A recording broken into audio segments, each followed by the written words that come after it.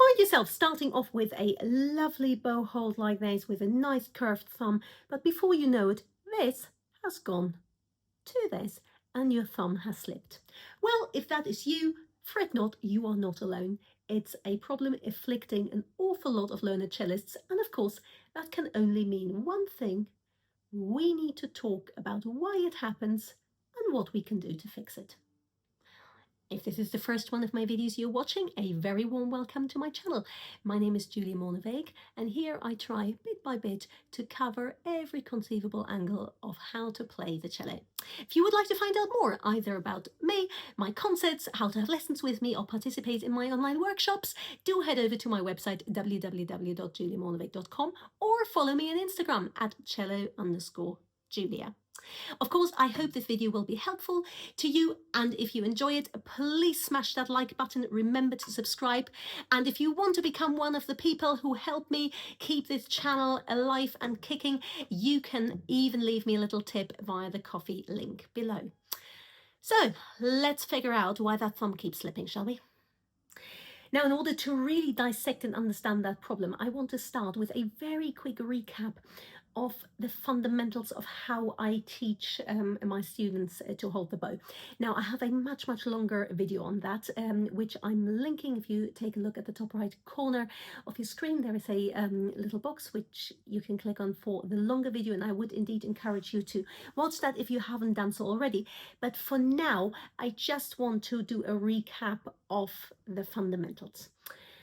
And that is, there are two main contact points in our hand in which we anchor our bow.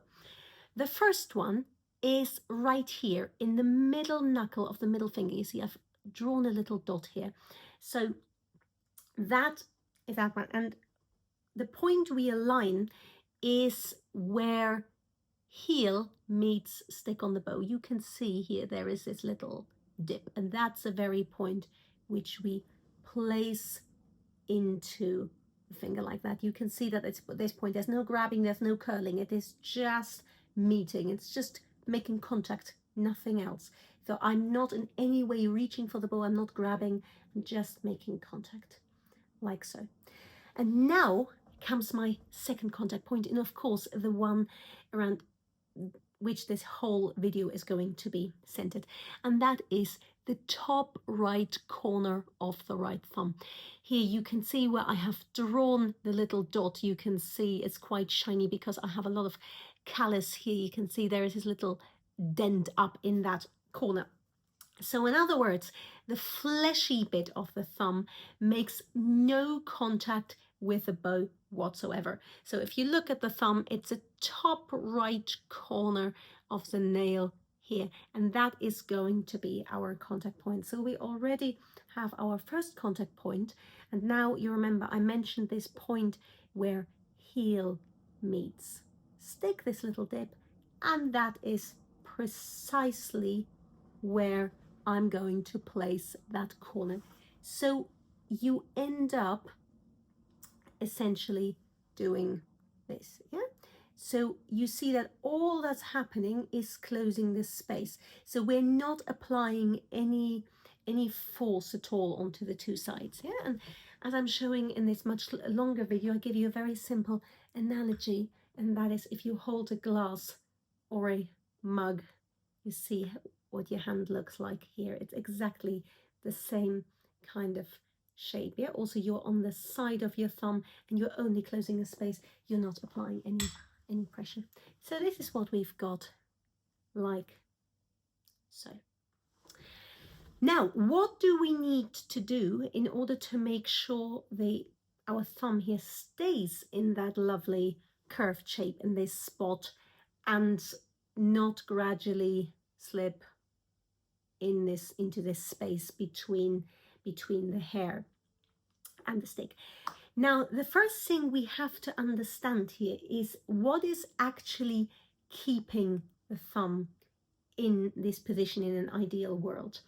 And it is by absolutely no means ever grabbing, not at all.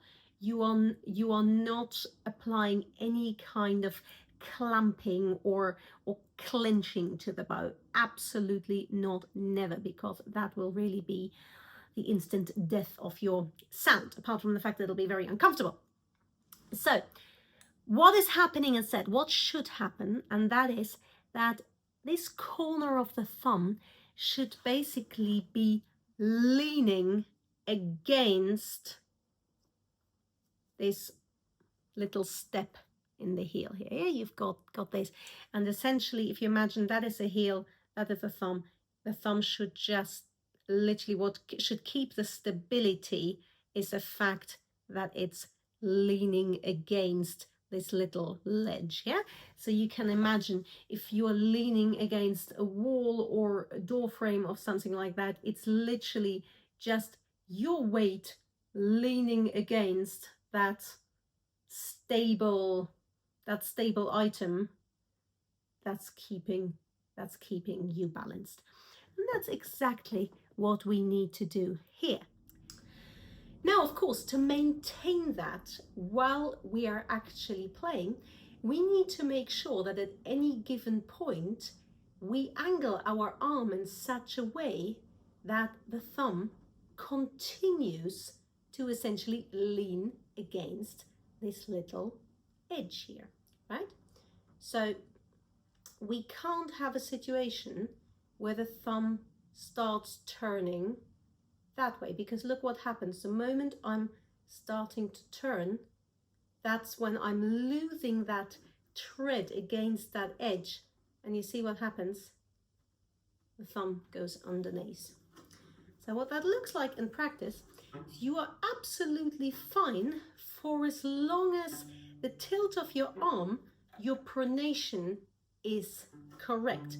However, what tends to happen, especially with beginners or sometimes even intermediate and more advanced players, is that the arm droops too far and you start to, rather than pronate, lean in the opposite direction, like so. So you've got far too much weight on the wrong side of your hand.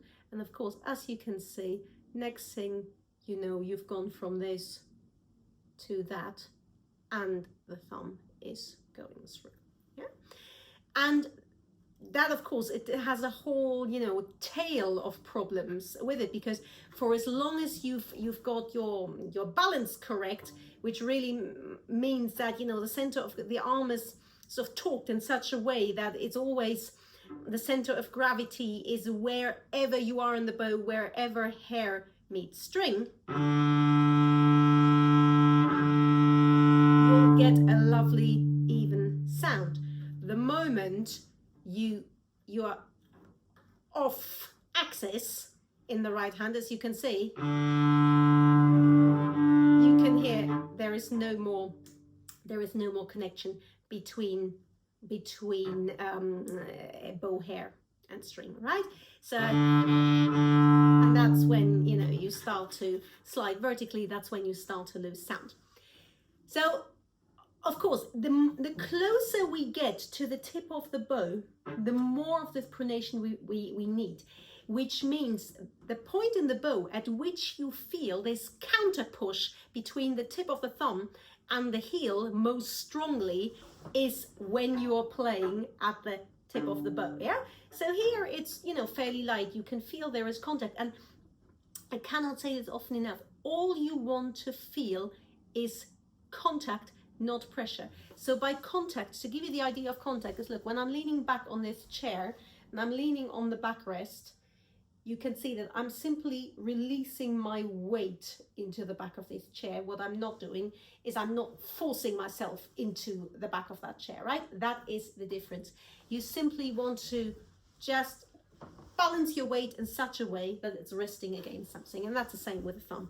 So here at the heel, you will be feeling a little bit of that resting, because the hand is almost neutral, fingers are almost pointing down, but what you can see already is my upper arm is completely down, is completely relaxed. The elbow is noticeably on the outside of the hand, and that is important because the moment it goes, look what happens here, the moment the elbow goes underneath the hand, you have lost that connection and the thumb has gone through. Yeah, so it's really all to do with making sure the elbow stays on the outside of the hand. Now that does not mean raising it at all. As you can see, this is essentially completely dead. Yeah, there is no muscle tone here whatsoever. You just make sure by using your back, using your shoulder muscles, you just bring it far enough out. The actual state of the arm is completely dead weight, but you just bring it far enough out that this is well outside of the hand, and then you are fine. Yeah, so, and as you see, as I'm going along in the bow, that lean, that inwards lean becomes ever more pronounced. Yeah, so, and now if I take off, you can see that I have a really, really, really strong lean of the tip of the thumb into this little step in the heel here. Yeah? So now at the end of this video in a little while, I'm going to post another link to one of my practice with me videos, which is called 10 Minutes to a Better Sound, which literally is a practice session on how to once and for all sort out this arm level correctly. Yeah, so it's just an exercise which basically makes you play open strings and start in different, consciously start both the up bow and the down bow in different parts of the bow, so you learn what the required level is for whichever part of the bow you are in. So as a quick recap, slipping thumb has got nothing to do with the thumb itself. It's always means that your arm simply isn't angled correctly. So you never ever correct that by applying more pressure, God forbid. No, you just have to make sure you keep it nice and curved and you apply the correct angle, and then you will be fine. Now, I do warn you, that does take a little bit of practice. Not something that happens overnight, because one of the things that does need to happen is you have to build all these little sort of stabilizer muscles, especially around the base joint of the thumb, really to have that level of control. And the exercise, the practice with me exercise will go a great long way towards rectifying that. So I hope, as usual, this has been helpful. If you have got any comments, any questions, pop them below, and I'm always happy to hear from you and answer any of your questions. And yeah, until the next one, and happy practicing. See you soon.